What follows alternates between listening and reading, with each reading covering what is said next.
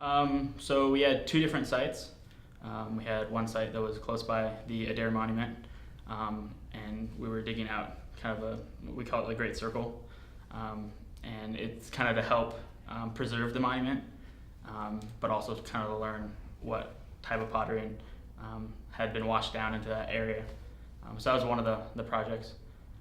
Also kind of to help conserve the Adair Monument. And then the other project was at a tomb site called the Waidamataha, and we were just excavating outside the tomb to just try to find what type of people live there and the different occupations.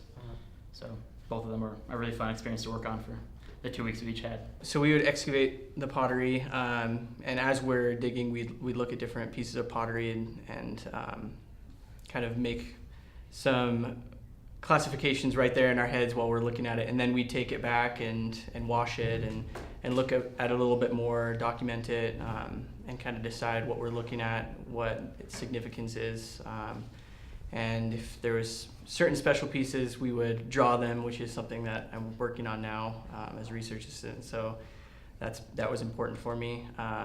And we had a lot of pottery. I don't think there's a place in the world that has more pottery than where we were working. Coming around the corner and seeing Adair, or seeing all these tombs, seeing the royal palace tombs, they call them, they are enormous, and there's no doing them justice in photographs. You have no idea how small you're going to feel next to them until you're standing in front of them. But there are moments too where you'll pick up a shard of pottery off the ground and it's just so fine and so small, and it's been painted so carefully, and it's almost equally as impressive as these enormous monuments. And kind of just these reminders, and you got several of them every day, just how incredible humanity is and how spectacular the things they make are. The fact that they are still there, the fact that I can pick them up and they can mean something to me, it makes you feel very connected and very close to the people that you're studying.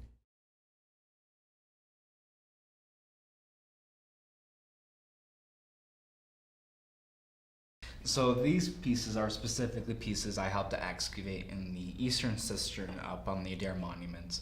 So essentially what has happened over the centuries or the millenniums that has occurred, that over the rains that would happen in the wintertime, would wash all this stuff into the cistern. What we're trying to do is clear it out for the Bedouins to use again. What's nice is we have this full arrangement of pottery from different time periods. And what I'm doing is I'm taking different pieces like this, which is like a rim piece, and I draw it, and then I kind of analyze it, and hopefully compare it to other sites to kind of identify what time period this is coming from. We have different things like spouts with handles, larger handles that are decorated, or we have your regular water jug piece. Just different variety of things that are just kind of an amazing thing for me to kind of be able to study and to analyze, to kind of put into this table of when things occurred.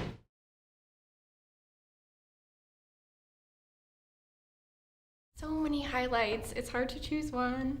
I think one that was really cool was finding, we found a lot of coins on our site, and the first time I found a coin in our screen, it just kind of popped out, and it's just really cool to find that piece of history that was very intentional, and it had so much meaning attached to it. And I'm working with the coins, so that was cool too, to see something that I knew I was going to get to work with from start to finish, so to speak. The thing that's always drawn me to archaeology is that we're learning about people who are long gone, who we can't talk to personally, but the more we learn, the more we see that they're people just like us.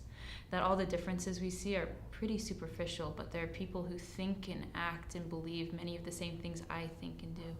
And so I was really just impressed by countless little moments where I could see that the people who made these things that I was handling, who built these fantastic tombs and monuments, that they were people who were very similar to me. Just the genius and the beauty of the culture and the humanity that's been there for the last 1,000 years is absolutely incredible. You go thinking you're going to learn a skill set, and you come back just so much broader as a person. You learn so much more about what people are like and what you are in the process, and it's beautiful. So living with the Bedouin, they're so little that we share in common in our backgrounds, but then we're working on the same teams, and we became such good friends, some of us, and they were some of the most beautiful and genuinely generous and kind people I've ever met. I loved digging up dead people, which sounds very strange. And also I found a passion for technology, the technology side of archaeology, which I never expected to find in the Adair Monument side. And that, I think, is something that is very valuable that I can carry with me throughout my career in archaeology. I just loved being able to like be there. I mean, you read about a lot of different things, and we had a course to prepare us for what was over there, but nothing is like really as valuable as being on a spot where like the Nabateans are just a great civilization once lived. It was really cool to see actual artifacts that that Nabatean people had used before kind of came to life for me. I think that was the coolest kind of highlight for me.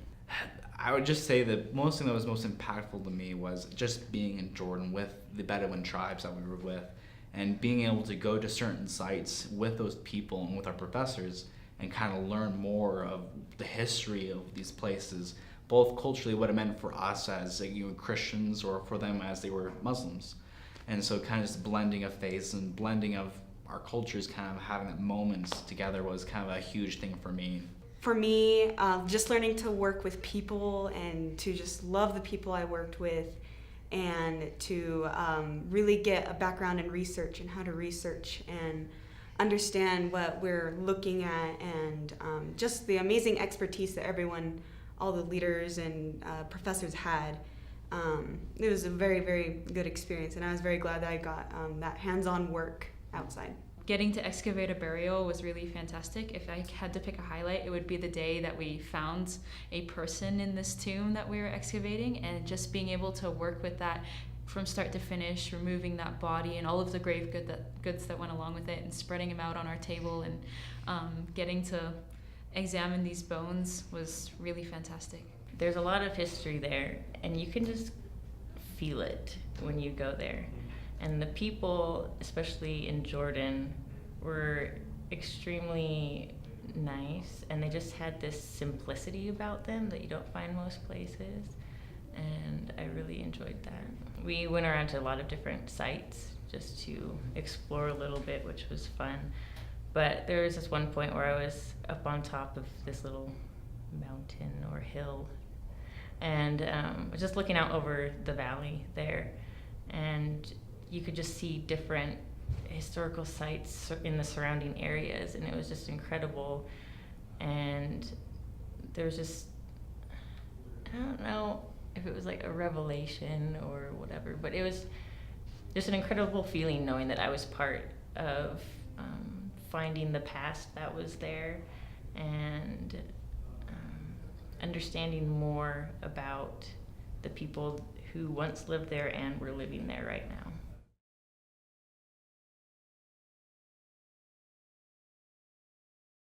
Well, I feel personally that my trip to Petra has done more for me in terms of my decisions to pursue archaeology than any theory class, we have lots of theory classes in our major, could ever do. I felt like I was just able to get a chance to step outside myself and learn not just more about a different culture, like in the present, but also in the past, and then also learn more about myself. So it was kind of a really rewarding experience. It also helped me to learn a little bit more about Islam and different Islamic cultures, and especially the Bedouins that we lived around and worked with. That was a really great experience. Some great people that hold a special place in my heart now, so that was a good experience. So personally, this was kind of a very impactful trip because for a year before coming to Petra, I took Arabic here at BYU, kind of prepare myself to talk to the people there. Having served my mission abroad, I know what it feels like to be able to speak the language of the natives and to talk to people.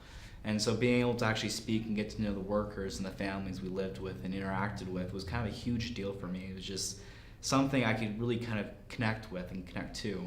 And when I could actually speak to these people, it was something a whole lot more than if I was just being there.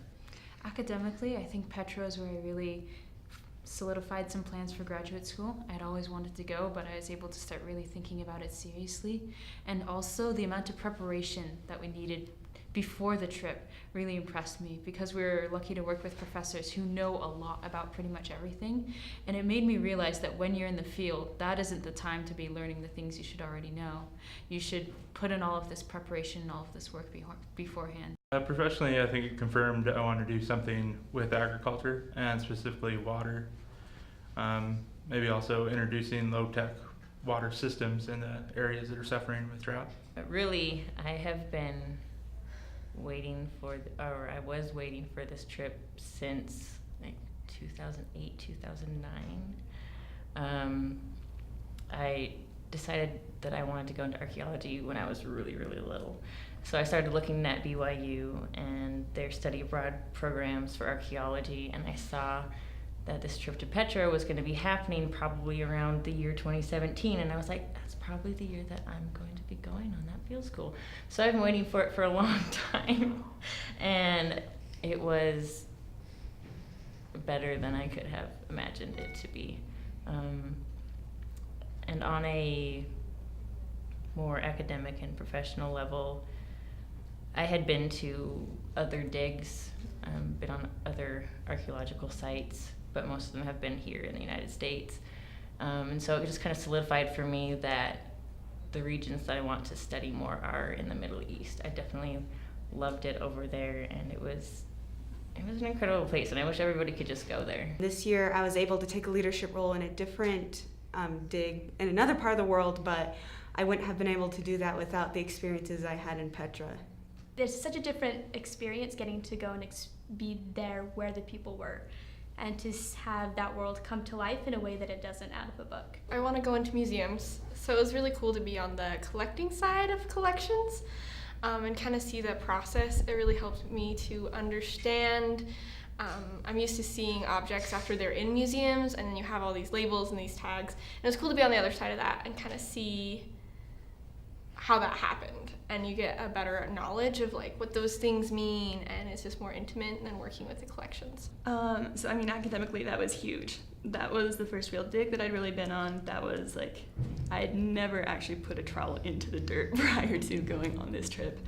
But it was tremendously valuable, not just going and learning, this is how you measure seriation. Like, I worked on 2 different sites that were vastly different when you got on them, with 2 different professors who had different ways of doing things and different data sets that they were looking at, and learning how to adapt and how to get a feel for a site that you're on is something that you can't teach in a classroom. There's no way to replicate that experience.